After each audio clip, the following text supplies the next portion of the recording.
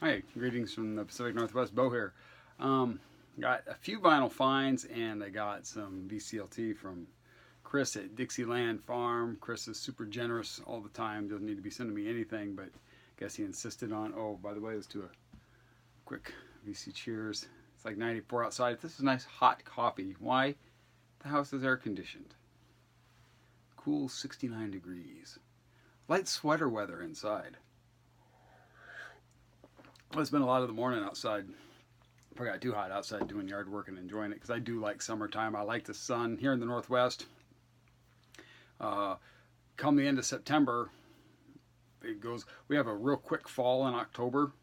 First 2-3 weeks of October is fall, and then right around Halloween, right through about the middle of April, it's pretty much winter, where it's every day is the same, 48 degrees and raining.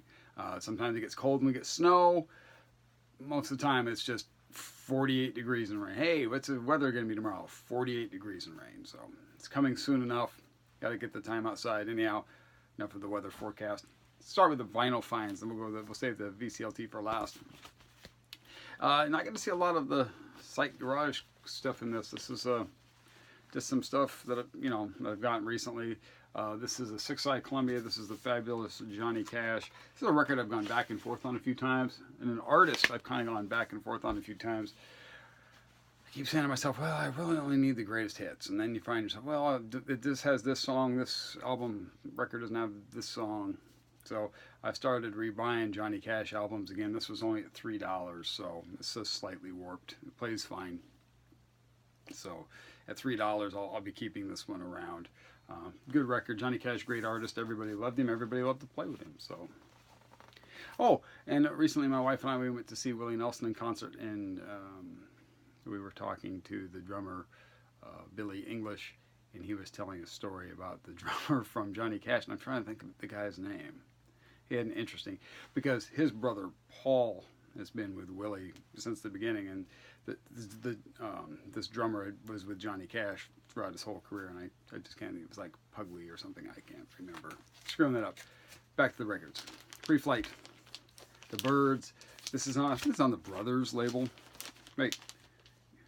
It says Archive Series, but I'm pretty sure this is on the Brothers label. It's one of those uni packs, so I don't put it in there. So, interesting stuff. Oh, our new cat. She might get in the picture here. She has 7 toes on her front paws. Gabby, hi. You gonna come get in the camera shot? You don't have to if you don't want to. She might knock the camera over. In fact, I'd pick her up if she screams. I don't know what label this is. This is the Talking. That's why the camera's shaking, because it's sitting up on this mattress. She's running around up here. This is a bootleg. Talking Heads. This was recorded at the Paramount, September 8th, 1978. This is my first bootleg record, and it's a Talking Heads debut, one of my favorite groups, and it's a local show from the Paramount in Seattle. Some of you guys, Gary, I know Gary's probably been to the Paramount many times to see shows. This isn't too bad. It's a pretty sparse and unenthusiastic crowd, I would say. But nice historical piece, Talking Heads. This is not an original. This is an early 80s pressing. This is the Velvet Underground Live with Lou Reed. Didn't have it. First copy of any kind that I've ever seen, so I went ahead and picked that up for a few bucks. It's on that black Mercury. So I think it's like about 83, 84 press, probably. It's a 2-record set. It's like an old Scorpions record or something. Love it first thing. Alright, and then the last one I got is, this is the Smiths. This is another 2-record set. This is Louder Than Bombs. It's a comp. My wife's a big fan of Morrissey and the Smiths.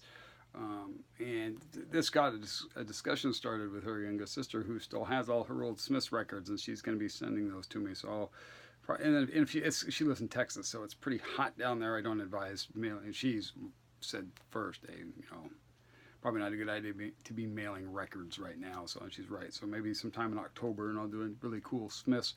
I think it's about everything the Smiths ever recorded on vinyl. She's a pretty big fan. So anyhow, Smiths 2 record set. And we'll show the label for the label fans on the sire, as it were. Okay, so those are my finds. Some cool stuff, maybe not all garage psych stuff, but some cool stuff. Now, Chris at Dixieland Farms, and as you can see, I did pre-cut the tape because it's frustrating to watch me open tape, but I have not looked inside yet. So these are the vinyl gifts from Mr. Chris at Dixieland Farms. I'm just going to pull the whole box out. I'll look to make sure they're all empty. Okay, start with the first one. Hey, and he knows me pretty well because this is, oh, it's in the shrink too. This is a Sergio Mendes and Brazil 66 Equinox.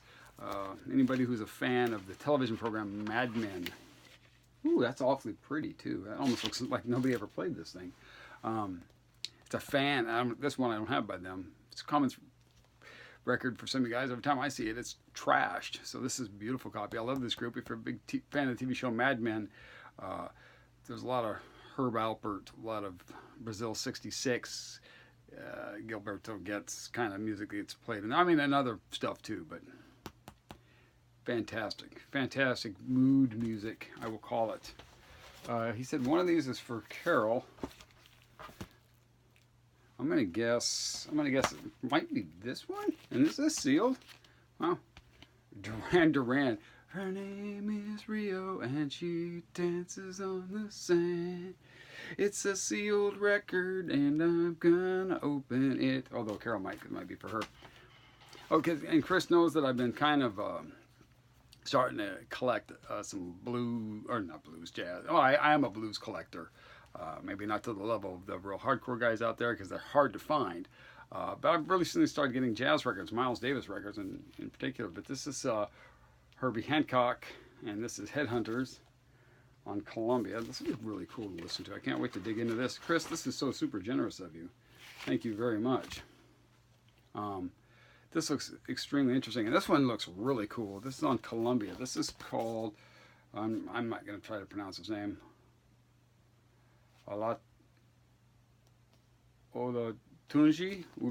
maybe? Drums of Passion. I know Chris isn't a big, which is interesting because I know he's not a big, I think it was piano jazz he said he wasn't a big fan of. Maybe it was guitar jazz.